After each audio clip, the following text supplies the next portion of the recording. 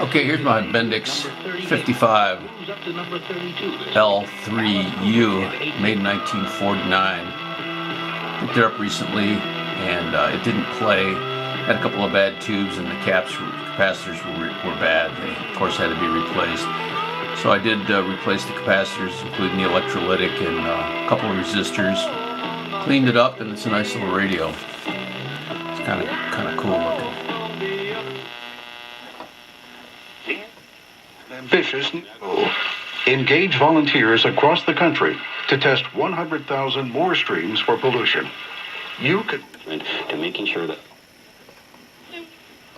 this woman is telling the truth.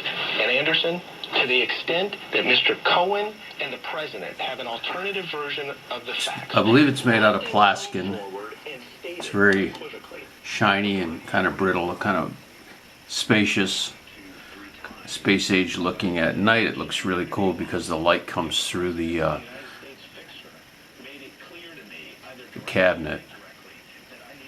Got a handle in the back for carrying. It's really firm and solid and nice. I felt intimidated. Kind of a translucent color. You can almost see it now in the even with the overhead lights on in the cabinet.